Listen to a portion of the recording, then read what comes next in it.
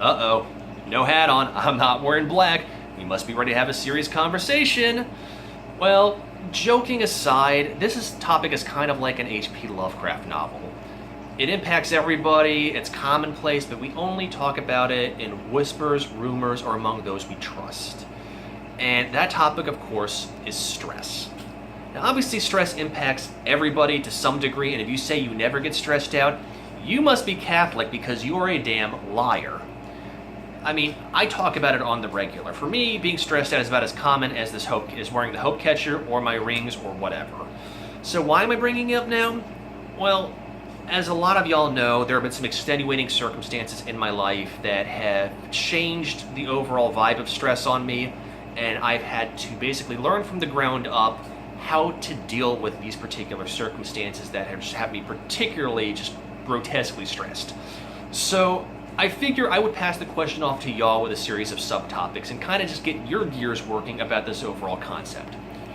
First of all, what stresses you out? What causes it?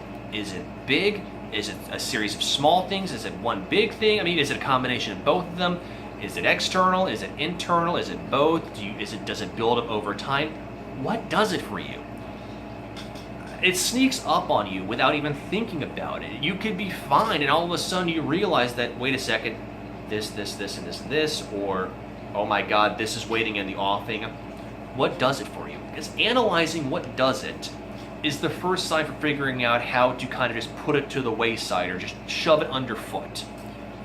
I mean, people often, there's that stereotype that, identifying the problem is the first way to fixing it. Yes, that is true. I mean, Sun Tzu once said, know thy enemy, and there's also the old G.I. Joe joke that, knowing is half the battle. It's true. But sometimes you don't know what causes all that stress, and you have to kind of do that deep dive to figure it out. And sometimes you don't know, and I think that makes things worse. But if you know, at least to some degree, what causes it, there's that way of fixing it. Now, secondly, of course, there's, if this is such a common thing, why don't people openly talk about it? Why hide it? Well, I mean, personally, I think there's that whole, stupid, machismo thing that we have to burn through life like Sherman burned through the South. Yes, I went there. And that being stressed out is a sign of weakness or whatever. That's a load of bullshit. I mean, it's commonplace, and yes, I understand people want to portray themselves as being confident and strong individuals. They don't want to, have this little overtly emo-y or overtly gothy, oh, I'm stressed out, the world's bothering me. Yes, but there's that fine line about, talking to, individuals saying, whew, what a day, or, I'm really concerned about this happening down the pike. It doesn't have to be this emo opera, how could this happen to me? I made some mistakes, or, welcome to my life, or anything like that. You can be legitimately stressed out over things and say that this is bothering you without going into that stigma that you're this weakling or this spineless individual. I mean, don't blow it up on somebody, but at the same time, just say, look, this is what's going on. There doesn't have to be a stereotype that you're a weak individual. I mean, I think personally by admitting to saying that something's bugging you and not hiding behind this wall made of glass, that, it makes you a stronger individual, at least in my opinion. Next thing I kind of want to bring up is, how do you handle it? How do you deal with stress?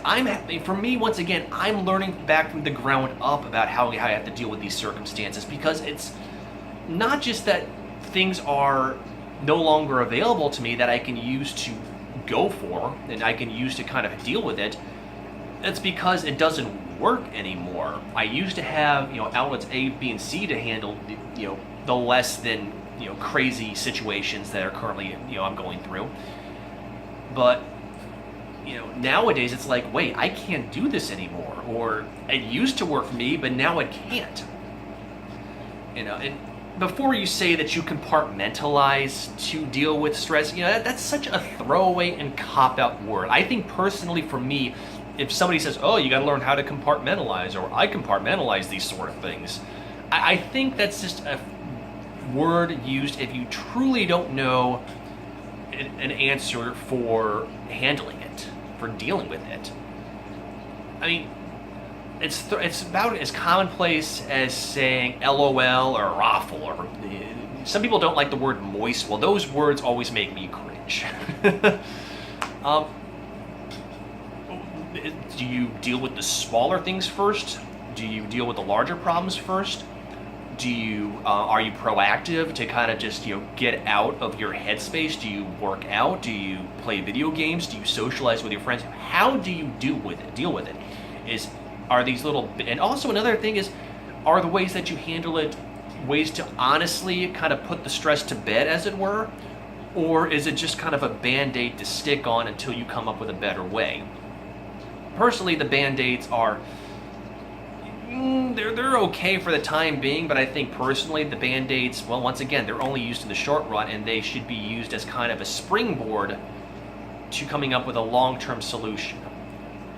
And I know a lot of people, myself included, are guilty of just sitting on it, just hiding it away. And that ties into my previous thing about why hide it. Because the more you sit on it and the more you just kind of let it, just kind of thinking, okay, well, if I just shove it away, stick my head in the sand like an ostrich, eventually it's gonna disappear. No, it's like a tea kettle. It's gonna keep building and building and building and building, and eventually it's gonna break. It's gonna boil over, and then you're gonna deal with steam and alarms and everything like that. And let's face it, we are all guilty of that at some point in our life. Some more than others, myself. Dusty in here. So there's gotta be some sort of outlet. And you gotta find that, whether it's experimentation through legitimate and good means. I'm not saying crack a bottle, let your body waddle, or anything like that, or you've just got to come up with something. Make a timeline, make an outline, do a series of things throughout the course of the day or the week or the month that work for you. I like playing video games, and while that doesn't help me out a lot, it does work in the meantime, and it kills some hours. I like vlogging. I think that's a great way to tap into creativity. Creativity, to me, is the big way that I can deal with the stress. Whether it's watching a movie, whether it's doing a review, whether it's critics catching, whether it's a let's play. I think that's the big way that I like dealing with it. And I also love cooking. Cooking is such a fun and therapeutic way for me to at least, check my stress at the gate, or, I can, smash a burger down on the grill, just take it out. What works for y'all? I pass the question off to you. And I would love to hear your feedback in the comments saying, if I'm stressed out, this is how I deal with it. This is how I put it away. Let me know. I would love to hear it. And the last thing I want to talk about is there is that ever popular pitfall of unwanted advice.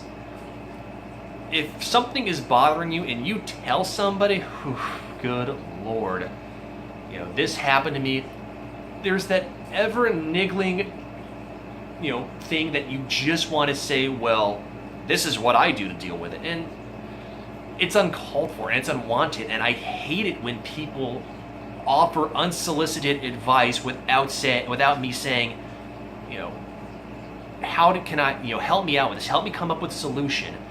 And everybody is guilty of doing this, whether you think of it or not. It drives me completely batshit bonkers when that sort of thing happens.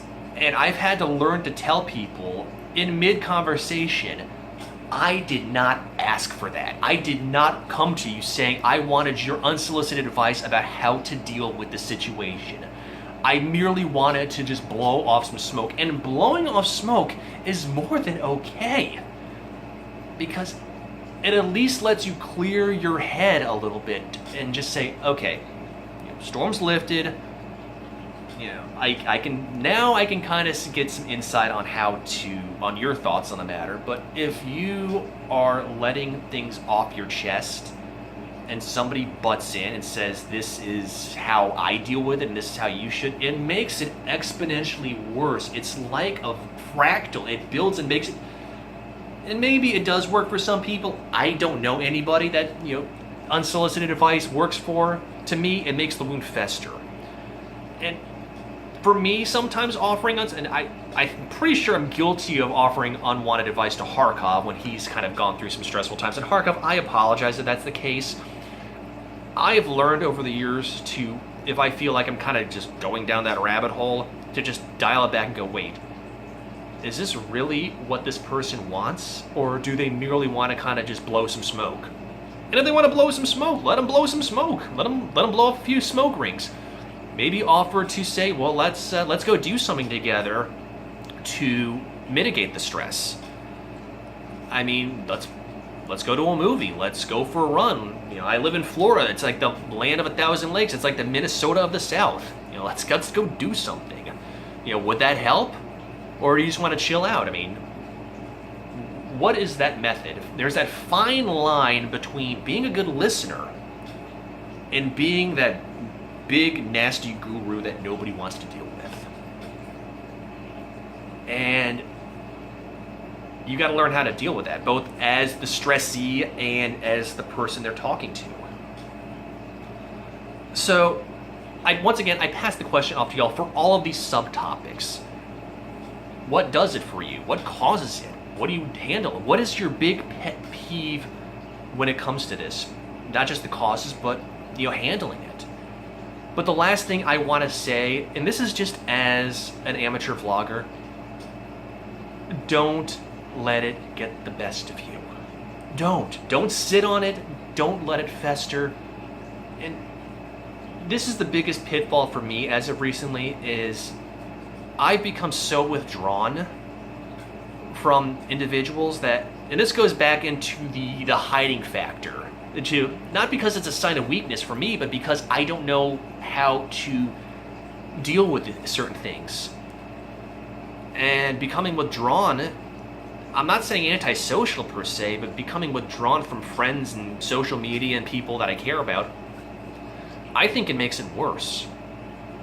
And I'm trying to become a little bit more social about it. I mean, not about it in general, but talking to people more, because being around friends and those that I care about and talking to them at least helps improve the situation minutely. Even if it's not fixing the stress or the situation, it at least lets the light shine through just a little bit. And a little bit of kindness can go a long way. Whether they know how to help you, even if they don't know that you're going through something, don't sit on it. Don't withdraw into your shell, even if that's the first step or the first thing that comes to mind. It's not worth it. It's going to make things infinitely times worse. But that's just my thoughts on the matter, and I'm just a moron. I'm just a moron sitting on a couch partly venting. This is a borderline off the rails episode. But let me know what y'all think in the comments below. I would very much like to hear it, because the Let's Talk About mini arcs are all about kind of opening up your thought process and sharing your thoughts, whatever you're comfortable with.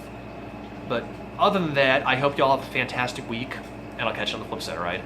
Peace.